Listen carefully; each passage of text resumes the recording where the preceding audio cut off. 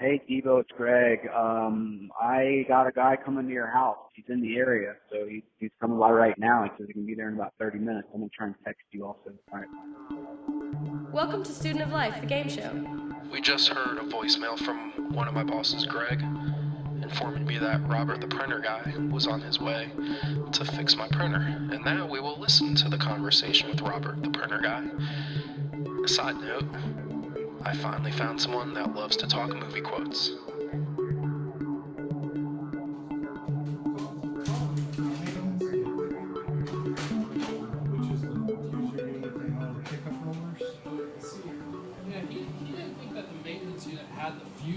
As part of it. Yeah, it does. It does. Yeah. But it's something you can do yourself, really. On these, the fusers, two little blue levers. You just really? pop it out. The rollers, there's one underneath. But it's just a pinch roller. You just pinch this and it comes right off. Right. What I did was I cleaned up all the rollers in here, inside. And, it's not jamming. Also, you want to check this too. Sometimes this gets moved back. It's not now. So if you were to get the whole kit and install it, it would be, do you know what the price would be? I don't. You'd probably be looking at about $119 for the kit. It's a guesstimate. Okay. So yeah, he might be able to just talk me through it. Yeah, it's something. And so you think we're not jammed anymore? I pretty You much. did print? Yeah. So Well, after I cleaned up all the rollers and stuff. So you think we need the kit regardless, even though it's working now? Well, it's saying that it needs it. And, But it's been saying that for like a year. Now, does a paper jam before it goes into the fuser? It jams like, it's been jamming. Yeah, like right as it comes up in here. Yeah, because that's a fuser where it goes all the way here, then it goes into the fuser, which is in the back. Okay.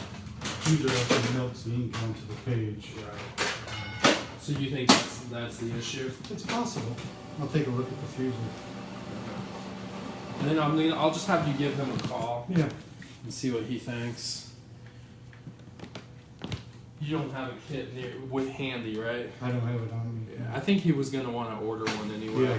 Says he could get a super cheap deal or something. Yeah. If it's that easy for me just to be able to do it. Yeah, it's pretty easy. I'll show you. I think just cleaning up the rollers did it. Yeah, look at that. Yeah. Jeez. Yeah, it's usually 200,000 prints when you start to need a fuser. So you do think it's Well, it's calling for it, so.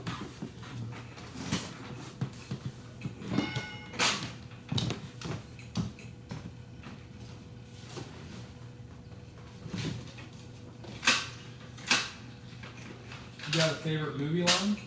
I'm sorry? You got a favorite movie line? Well, I've got a bunch of them. All right, what you got?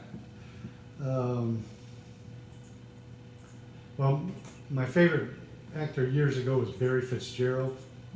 Okay. He's an old Irishman. He played with John Wayne and The Quiet Man, and with Bing Crosby and all that stuff. One was where this girl was coming to church for help, but she didn't want to do anything as far as chores or anything like that. So one of his lines, and I used it with my kids, "Oh, you'd rather starve than push a broom." What movie is that from? That's from, I think, The Bells of St. Mary. All right. But there's a classic one in Pulp Fiction. Have you seen that movie? Oh yeah. Yeah. Where John Travolta is going in to buy drugs, and these two girls are out there, he hasn't seen the guy that he's buying the drugs from, but there's these two girls out in the room, and this one has piercings all over the place, and he goes into the drug dealer and he says, they start dealing, and he says, "Hey, I can fix you up with Wanda out there if you like," and he says, "That's not the one with all the shit all over her face, is it?" And he says, "No, that's my wife." Those are good. Let me show you how to do this if you need to. Great. This opens up. There's a little trigger. Well, it's not a trigger. You kind of push this over. Okay. And it'll pop that out. And it's really just this lever this, and you just grab the fuser and pull it out. Of course, you want to unplug it. Okay. So you pull that That's out all there and is to then replace you it. just insert it the Yep. same way. Yep. Okay. I think I I might be able to do that.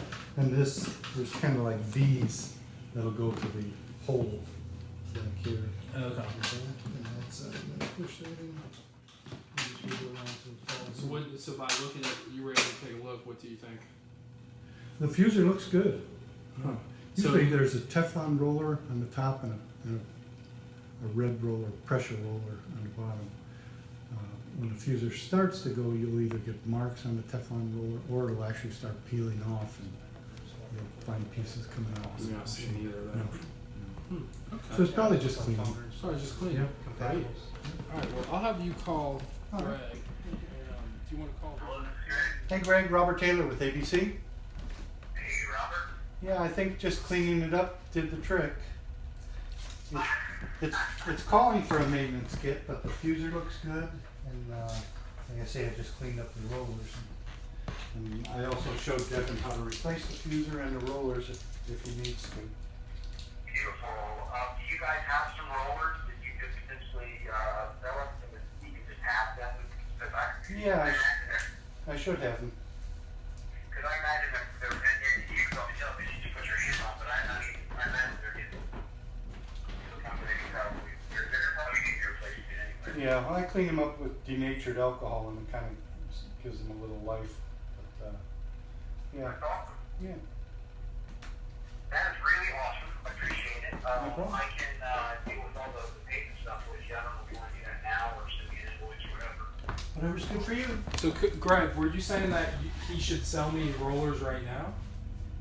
I don't have any now. Oh, he doesn't have them. He doesn't have them. Yeah.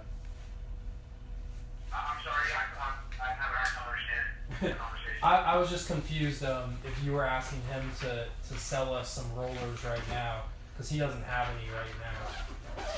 Oh, well, now screw it then. We won't worry about it. What we should do, though, Robert, if you have a card you can leave with them or something like that. Sure did. Yep. Yeah, because, I mean, obviously we're going to need from time to time something or other on that printer, so it'd be good to have your contact information. Sure. I got it. Robert is experienced. The problem with Robert is that he's retiring soon. Oh, no. Yeah, I have somebody else who's Okay. doing work for me now. He's got someone under him. We're having that problem here in Atlanta, too. One of the guys we've been using for years and years, he left the business recently, and hard to find somebody to replace. Yeah, there aren't too many people doing printers.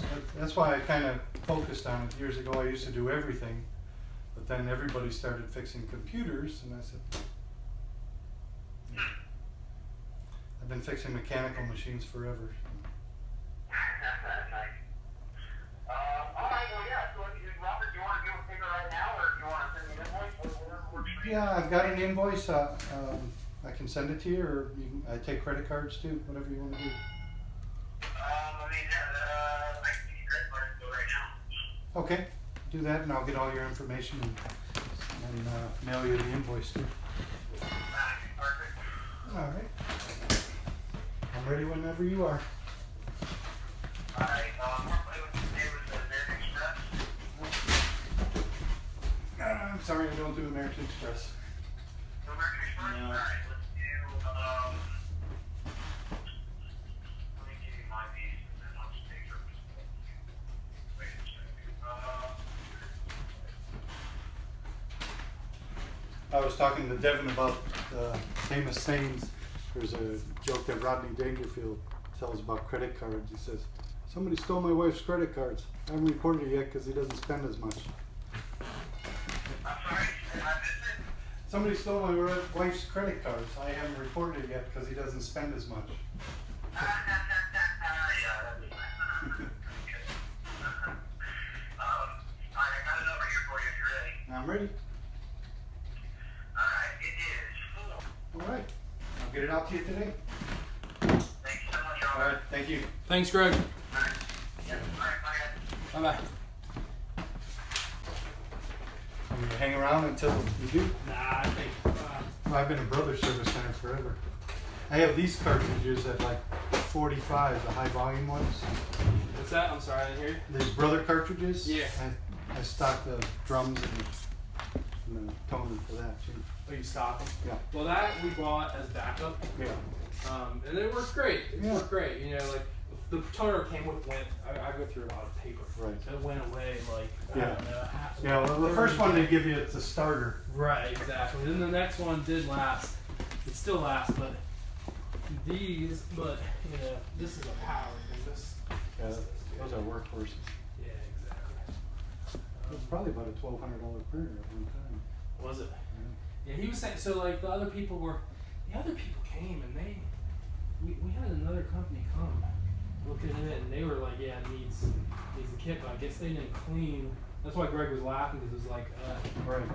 this other guy came out, you already fixed it. But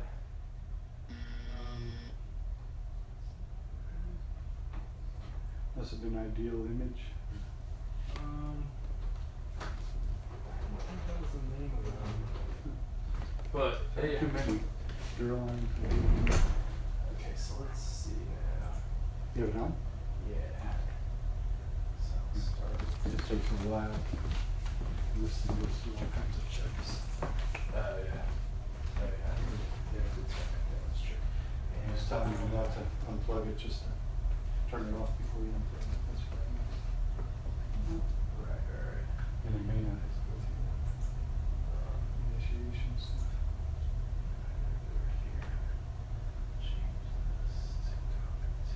Yeah, I just sold my house. I got somebody to buy the business. Oh, nice. My girlfriend says she wants to go with. Do some saving first. So That would be she's awesome. gonna realize what she's getting into.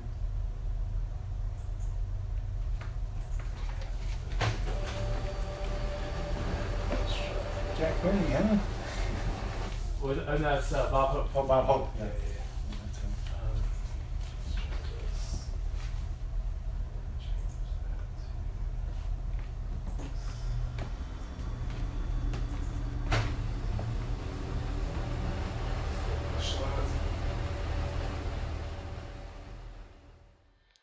And now, a phone conversation with Jules. Yeah, I mean, he's right there. I mean, there's a lot of guys shoot from distance.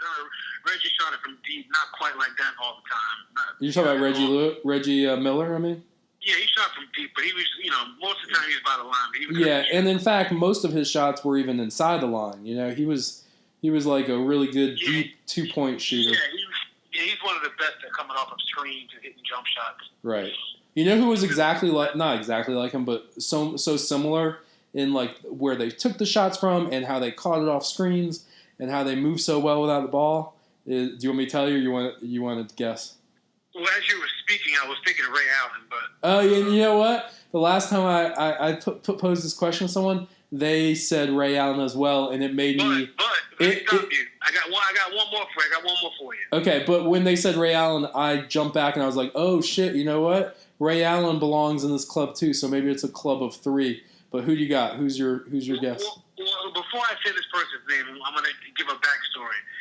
The person I'm about to say, I think actually was better off of screens and catch and shoot than this guy, because I always thought that Ray Allen was a much better catch and shoot guy than he was shooting off of screens or off of dribbles. Right. And I was going to say Rip Hamilton Yes. off screens. Yes. Was an animal. Yes, that's exactly who I was talking about. Now for like 15, like 20 footers off of screen, Yep. forget about it. And really, But, and those two, I'd say Ray Allen and Rip Hamilton were even better at it than what Reggie did, but Reggie kind of started it, and then those two guys took it to, as far as just being relentlessly moving, to the point where it's annoying for a defender.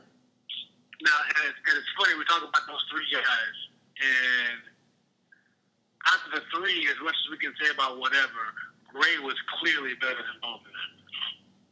As a player, yeah. As a player.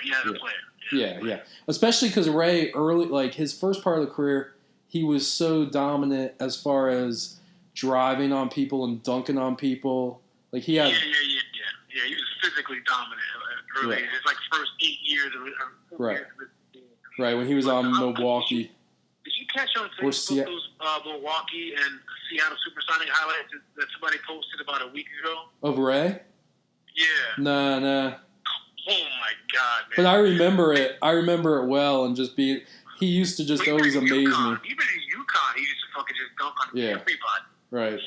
And nasty, like reverses, one hand, all types of shit. And then it just shows you what a good basketball player he was all around. In that, even when his leaping ability left, he still was a great player. So a great player. Yeah, absolutely. Yeah. Yeah, we have a Rip Hamilton. That's a good call. Rip Hamilton was great. Also. So we're saying Rip Hamilton, Ray Allen, Reggie Miller. So modern day, who's the one guy? Maybe Klay Thompson kind of does that. Well, here's the thing. It's going to take me a second to remember it, but it's a lost art. Like, coaches nowadays, they're going to tell you, look, dude, if you're going to shoot a fucking 18-footer, just just get behind the line and get that extra point. True. Just stop taking that terrible shot. So, like, it's sort of like a lost art. Now, if we sit there and think about it long enough, like, for instance, like, there's one guy in the league right now who's hands down the best mid-range shooter in basketball. Dirk? And he's not even a great shooter. No. Because Dirk had that kind of long ranger, that was money. Yeah. He's kind of a throwback. He's kind of a throwback to that, but I'm talking about a flat-out mid-range jump shot. There may be more than one guy. And were you saying he's not a great what? What did you say? He's not even a great shooter, but he's the best mid-range shooter in basketball. Duncan was good, but he's not in the league anymore. Yeah, no. Kevin Garnett became really good at that too. Nope. I'll give you a hint. But all those guys are out of the league now. Give me a hint. He's a guard and he's in the East. Huh. He's not on the Heat. While you're thinking about that, I'm trying to think of like who I think is like 1A. You're not talking about D Wade, obviously. He's not a great shooter. No, but he is in there. Right. I mean, if he's going to shoot, that's yeah. What's up? You got me on speaker? Yeah, you're on speaker. Gotcha. Why, you can't hear me good? It's a little muffled. How about now? That's so much better. Okay, sorry about that. Who? I don't know. I give up. DeMar DeRozan. Oh yeah, you're right.